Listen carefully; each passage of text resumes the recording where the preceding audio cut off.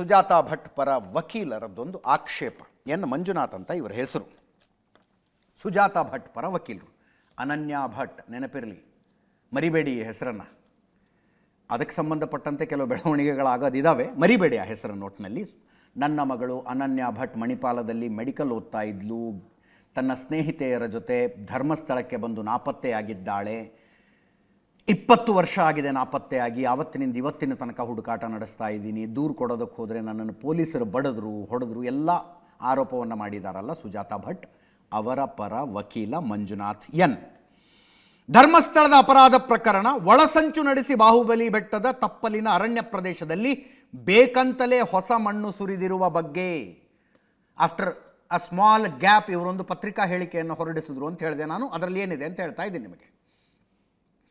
ಧರ್ಮಸ್ಥಳ ಅಪರಾಧ ಪ್ರಕರಣದಲ್ಲಿ ಸತ್ಯವನ್ನು ಮರೆಮಾಚಲೆಂದು ಕೆಲವು ಹಿತಾಸಕ್ತಿಗಳು ಬೇಕೆಂದಲೇ ಸಾಕ್ಷಿನಾಶದಲ್ಲಿ ತೊಡಗಿರುವಂತೆ ಕಾಣುತ್ತಿದೆ. ಇಂದು ಬಾಹುಬಲಿ ಬೆಟ್ಟದ ತಪ್ಪಲಿನ ಅರಣ್ಯ ಪ್ರದೇಶದಲ್ಲಿ ಉತ್ಖನನ ಕಾರ್ಯ ಶುರು ಮಾಡಲಾಯಿತು. ಆದರೆ ಸಾಕ್ಷಿ ಸಿಗದಿರಲೆಂದೇ, ಅದನ್ನು ಸಿಗಬಾರದು ಅಂತಾನೆ ಅಂತ ಓದ್ಕೊಳ್ಳಿ, ಸಾಕ್ಷಿ ಸಿಗಬಾರದು ಅಂತಾನೆ ಇತ್ತೀಚೆಗೆ ಈ ಅರಣ್ಯ ಪ್ರದೇಶದಲ್ಲಿ ಸುಮಾರು 10 ಅಡಿಯಷ್ಟು ಹೊಸ ಮಣ್ಣು ಹಾಗೂ ತ್ಯಾಜ್ಯವನ್ನು ಪಟ್ಟಭದ್ರ ಹಿತಾಸಕ್ತಿಗಳು ಸುರಿದಿರುವಂತೆ ಕಾಣುತ್ತಿದೆ ಅಂಥೇಳಿ ಬ್ರ್ಯಾಕೆಟ್ಟಲ್ಲಿ ಫೋಟೋ ಲಗತ್ತಿಸಲಾಗಿದೆ ಅಂತ ಬರೀತಾರೆ. ಫೋಟೋ ಲಗತ್ತಿಸಲಾಗಿದೆ. ಅಲ್ಲಿಗೆ SIT ಈ ಉತ್ಖನನ ಅನ್ನೋ ಶಬ್ದ ಭಯಂಕರ ಆಡ್ ಅನ್ಸುತ್ತದು. ಎಕ್ಸುಮೇಷನ್ ನಡೆಸ್ತಾ ಇರುವಂಥ ಉತ್ಖನನ ಅಂದರೆ ಪ್ರಾಚ್ಯ ವಸ್ತುಗಳ ಸಂಶೋಧನೆಗೆ ಮಾಡುವಂಥದ್ದು. ಇದನ್ನು ಎಕ್ಸುಮೇಷನ್ ಅಂತ ಕರೆಯೋಣ. ಎಕ್ಸುಮೇಷನ್ ನಡೀತಾ ಇರುವ ಜಾಗದಲ್ಲಿ ಮಾಧ್ಯಮಗಳಿಗೆ ಪ್ರವೇಶ ಇಲ್ಲ, ಕೇವಲ ಅಧಿಕಾರಿಗಳು. ಫೋಟೋ ಯಾರು ತೆಗೆದ್ರಿ ಇದನ್ನು ಅಂತ ಜನರಲ್ ನಾಲೆಜ್ಗೆ ಇದೊಂದು ಪ್ರಶ್ನೆ ಬಂತು.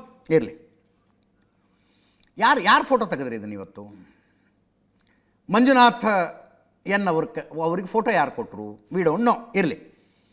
16 ಅಡಿ ಹೊಸ ಮಣ್ಣು ಶೇಖರಣೆಯಾದಡೆ 7 ಅಡಿ ಆಳ ಅಗೆದರೂ ಹೂತಿಟ್ಟ ಶವಗಳ ಕಳೆಬರಗಳು ಸಿಗಲಾರವು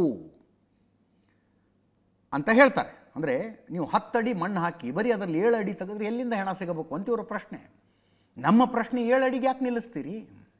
15 ಅಡಿ ತೆಗಿರಿ 25 ಅಡಿ. ಏನು ಮೂಳೆ ಸಿಗಲಿಲ್ಲ ಅಂದರೆ ಜಲ ಸಿಗಬಹುದು ರೀ, ನೀರು ಸಿಗಬಹುದು. ಕಟ್ಟೆ ಕಟ್ಟಿಸ್ಕೊಂಡ್ರೆ ಒಂದು ಬಾವಿ ಆಗುತ್ತಪ್ಪ. 25 ಅಡಿ ಯಾಕೆ ತೆಗಿಬಾರ್ದು?